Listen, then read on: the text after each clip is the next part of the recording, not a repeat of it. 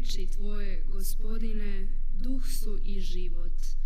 Ti imaš riječi života vječnoga. Aleluja, aleluja,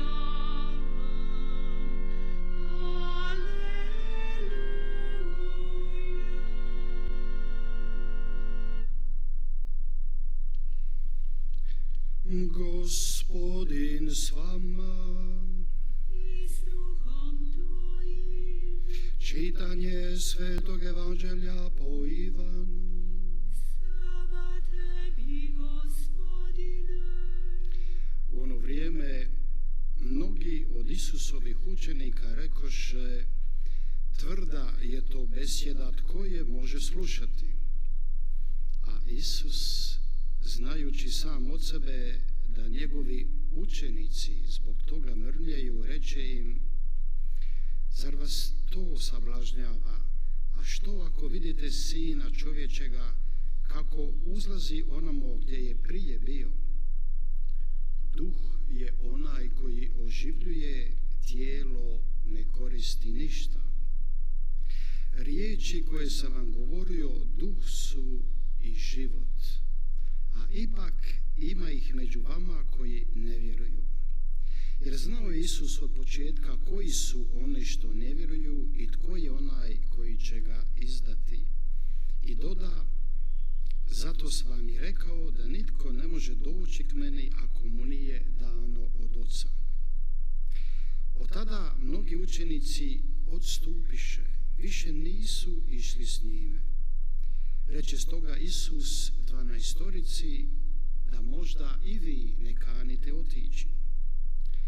Odgovori mu Šimun Petar: Gospodine, kome da idemo? Ti imaš riječi života vječnoga i mi vjerujemo i znamo ti si svetac Božji. Riječ Gospodnja. Slava tebi, Kriste.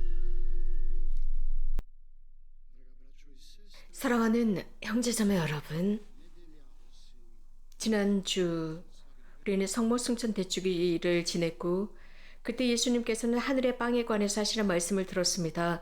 당신 성체가 우리들의 몸으로 제공된다는 것입니다. 예수님께서는 말씀하셨습니다. 이 지상의 빵을 먹으면 늘 배가 고프지만 천상 아버지께서 주시는 그 빵은 영원한 생명을 주신다고 했습니다. 이러한 말씀을 듣고 있었던 제자들과 청중들 중에는 가장 먼저 지상의 빵을 원했습니다. 예수님께서 빵의 기적을 행하셨던 그 빵을 원하고 있었습니다. 그러나 예수님께서는 이 사라져 없어질, 썩어 없어질 빵만을 위해서 일하지 말라고 했습니다.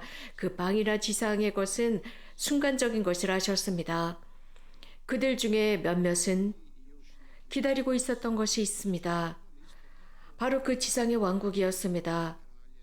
하나의 정부, 유태 정부, 강력한 정치적인 정부, 그래서 다윗 왕국과 솔로몬 왕정 시대의 그 왕국을 원하고 있었습니다. 거기에는 다른 사람들을 위한 자리가 없었습니다. 단지 선택된 민족에게만 해당된 왕국이었습니다. 다른 사람들은 부차적인 사람들이었습니다. 특별히 로마인들이나 즉 자신들을 억압하는 이들을 위한 자리는 없는 왕국이었습니다. 그래서 다양한 방법으로 그들은 필요하다면 있는 힘을 다해서 이러한 식민지로부터 해방되어야 했습니다. 예수님 시대의 정치적인 이러한 체제는 로마 식민 제국이었습니다. 그래서 이스라엘 왕국을 만드는 것이 그들의 꿈이었습니다. 이것은 인간적이고 지상적인 왕국을 의미했습니다. 이것은 또한 순간적인 왕국입니다. 사라져 없어질 것이었습니다. 예수님은 이것을 반대하고 나서셨습니다. 예수님께서 제시한 것은 천국이었습니다. 하늘나라였습니다. 그 하늘나라로부터 생명의 빵이 옵니다. 즉 예수님 자신이었습니다. 또한 예수님께서는 내 몸을 먹는 사람, 내 피를 먹는 사람은 영원한 삶을 얻을 것이라고 하셨습니다.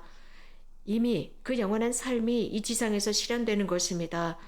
이 말씀은 듣는 모든 사람, 심지어 제자들에게도 어려운 말씀이었습니다. 과연 그분이 당신 자신을 음식으로 어떻게 내놓을 수 있느냐 이해할 수 없는 말씀이었습니다. 예수님의 말씀, 하늘로부터 내려온 말씀, 인류를 위한 신성의 음식이라는 것, 이것은 이해 불가능한 말씀이었고 스캔들을 일으키는 말씀이었습니다. 많은 사람들은 그래서 이해하지 못했고 과연 어떻게 그 사람의 몸을 먹을 수 있느냐였습니다. 만약 그분의 신성을 믿었다면 그들은 아마 물었을 것입니다. 어떻게 이런 일이 어떻게 이루어질 수 있느냐라고 물었을 것입니다. 거부하고 불신하는 것이 아니라 예수님의 말씀이나 예수님의 행위를 거부하고 불신하는 것이 아니라 어떻게 이루어질 수 있을 것이냐 물었을 것입니다. 하지만 그들은 즉시 이것은 스캔들이라고 여겼습니다. 그들이 인간적인 방법으로만 생각했기 때문입니다. 자신들의 어떤 인간적인 이데아로 하느님을 규격화했기 때문입니다. 여기에 매우 중요한 우리들을 위한 가르침이 있습니다. 곧 자연적인 종교성은 하느님과의 이런 어떤 협소한 관계를 두려워하고 있습니다. 즉 하느님께서 살이 된다 그것을 두려워했습니다. 인간이 된다 이해하지 못했습니다. 우리들이 빵이 된다는 사실을 이해하지 못했습니다. 예수님께서는 당신의 몸과 피라고 부르셨습니다. 이러한 요소 앞에서 충실한 사도들 즉 베드로와 요한, 여기에서 성 요한은 예수님의 최후의 만찬에서 예수님의 가슴에 머리를 기대했던 요한입니다. 그는 예수님의 음성을 들었고 예수님의 그 심장 박동수를 들었습니다. 요한만이 이런 예수님의 오늘의 이 말씀을 전하고 있습니다. 요한은 이 말씀을 분명히 완전히 이해했기 때문에 우리에게 이 말씀을 전해주고자 했습니다. 즉 생명의 말씀으로 전해주고 있습니다. 자신이 깨달은 그대로를 전하고 있습니다. 우리가 이러한 말씀을 그대로 받아들일 때 우리 자신에게 좋은 것이 됩니다. 우리와 함께 사는 사람들에게도 좋은 것이 됩니다. 우리는 요한 사도처럼 예수님을 믿고 사랑하는 것입니다. 그분이야말로 우리들의 유일한 구원자이시기 때문입니다. 하지만 잠깐만 예수님을 관찰해 봅시다. 예수님께서는 당신께서 이런 말씀을 하실 때 당신의 몇 제자들과 추종자들이나 예수님을 따르는 이들 몇몇 사람들은 이 말씀을 힘들어하고 있다는 것을 예수님은 깨달으셨습니다. 그러면서 예수님은 사람의 아들이 전에 있던 곳으로 올라가는 것을 보게 되면 어떻게 하겠느냐라고 물으십니다. 예수님께서 느끼셨던 그 아픔을 이 말씀 속에서 그대로 깨달을 수 있습니다. 예수님께서 당신을 믿지 않았기 때문에 하신 말씀이었습니다. 확신을 가지고 믿지 않았고 예수님의 말씀을 존중하면서 듣지 않았기 때문에 이해하지 못했기 때문이었습니다. 그 말씀은 영원한 생명이었는데도 말입니다. 그 말씀은 생명의 충만함을 가져다 줍니다. 그 말씀은 창조하는 말씀이었습니다. 창세기에서 드러나고 있습니다. 그 결과 즉 예수님을 믿지 않았고 사랑하지 못하는 예수님의 제자들 중에 몇몇을 느끼시고 예수님은 영적으로 아파하십니다. 그들을 구원하고자 하셨지만 그들은 이해하지 못했습니다. 그래서 예수님은 아파하셨습니다. 천상의 빵으로 양분을 얻어야 하는데도 말입니다. 오늘 복음 말씀에서 알 수 있는 것은 이 말씀이 몇몇에게 어렵다는 것입니다. 받아들이지 못했습니다.